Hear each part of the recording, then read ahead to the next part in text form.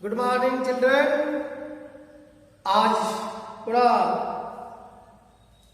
हम यह प्रयास करेंगे कि आप लोगों के मध्य हिंदी का जो बोली है वह किस तरह से भिन्न भिन्न जगहों पर विभिन्न प्रकार से बोलियां बोली जाती है। एक दूसरे की बात समझते हैं और एक दूसरे की बात अपनी बात कह करके दूसरे को समझाते हैं। वह बोली के बारे में हम आज इस पर चर्चा करेंगे। जैसा कि पहले आपको बताया गया था कि भाषा क्या होता है, भाषा के कितने रूप हैं, उसके बाद स्क्रिप्ट हम लोगों ने लिखा पढ़ा और समझा कि स्क्रिप्ट का क्या शाब्दिक अर्थ होता है। लिपि, जो भी हम बात बोलते हैं कहते हैं और उस बात को जब अस्थायी रूप प्रदान किया जाता है तो कोई ना कोई उचित चिन्हों का प्रयोग करके उसे लिपिबद्ध किया जाता है और वह लिपिबद्ध हो करके आने वाले समय में टिकाऊ होता है और जो भी व्यक्ति उसे पढ़ना चाहे, समझना चाहे, समझ पढ़ सकता है। तो प्रिय छात्रों, आज हम बोली के बारे में चर्चा करेंगे कि मनुष्य किस तरह से भिन्न भिन्न क्षेत्रों में अपने अपने स्थानीय बोलियों को बोल करके अपनी जरूरतमंद की आवश्यकताओं को पूरा करता है या एक दूसरे से कह करके समझ करके उस पर अमल करके उस क्षेत्र की भाषा बन करके वह हमारे जीवन में सुचारू रूप से काम करने के लिए, समझने के लिए पर्याप्त हो जाती है। इसलिए आज देखेंगे कि भारत में भी नहीं बल्कि विश्व में अनेक प्रकार की बोलियां बोली जाती हैं। अगर हम भारत के कुछ हिस्सों को ले, मध्य प्रदेश, बिहार, उत्तर प्रदेश आदि स्थानों को लें तो यहाँ भी अनेक प्रकार की बोली बोली जाती है जिसे उस स्थान के कुछ लोग बोलते हैं, समझते हैं। जबकि ऐसा नहीं कि वह बोली कहीं दूसरी जगह जा करके बोली जा तो वह व्यक्ति उसको समझ सके, न जानते हुए नहीं समझ पाएगा।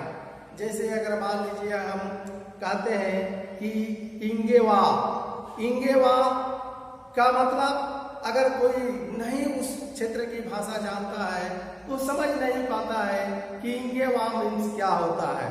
लेकिन अगर हम जानते हैं तो उस क्षेत्र की भाषा जो समझते हैं तो समझ पाते हैं कि इंगेवा मीन्स यहाँ आओ।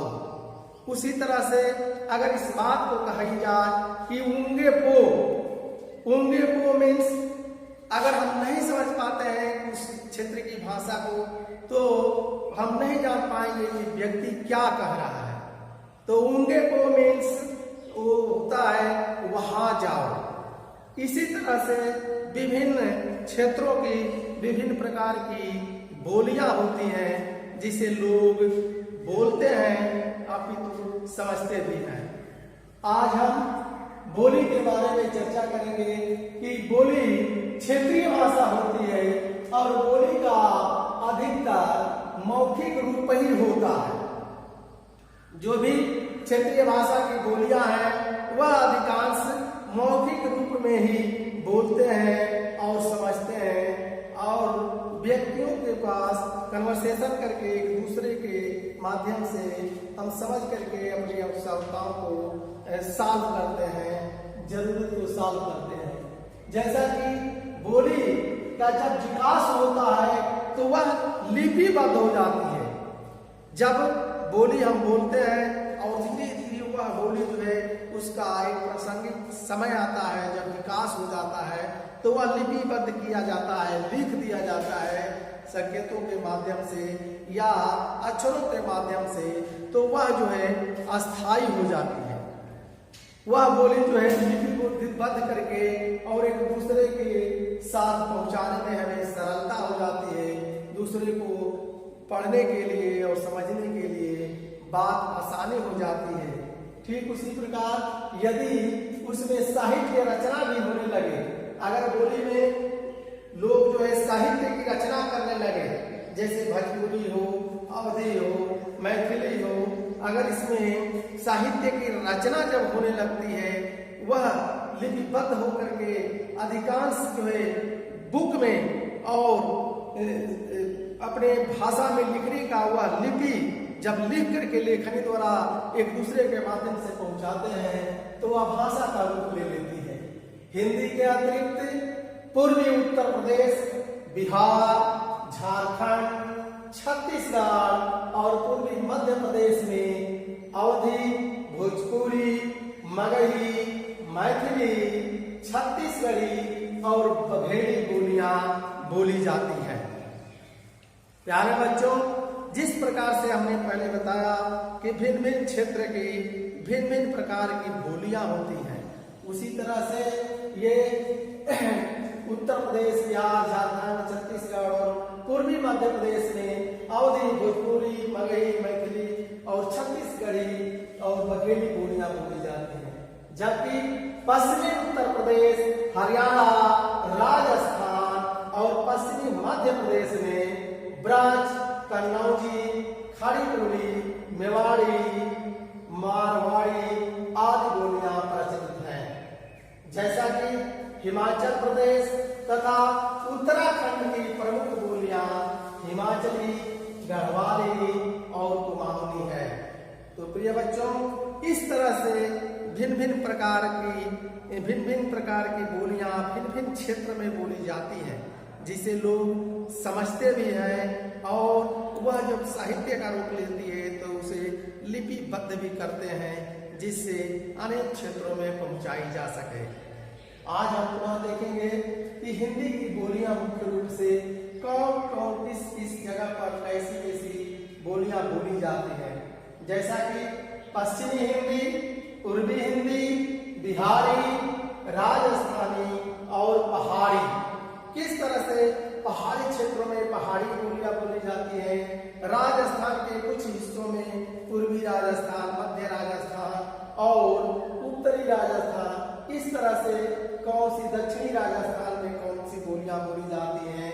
जबकि बिहार के कुछ भागों में अनेक प्रकार की बोलियां, जैसे कुछ बिहार में भोजपुरी और कुछ बिहार में मगही और कुछ बिहार में मैथिली भाषा का भी बोलियों का भी प्रयोग किया जाता है।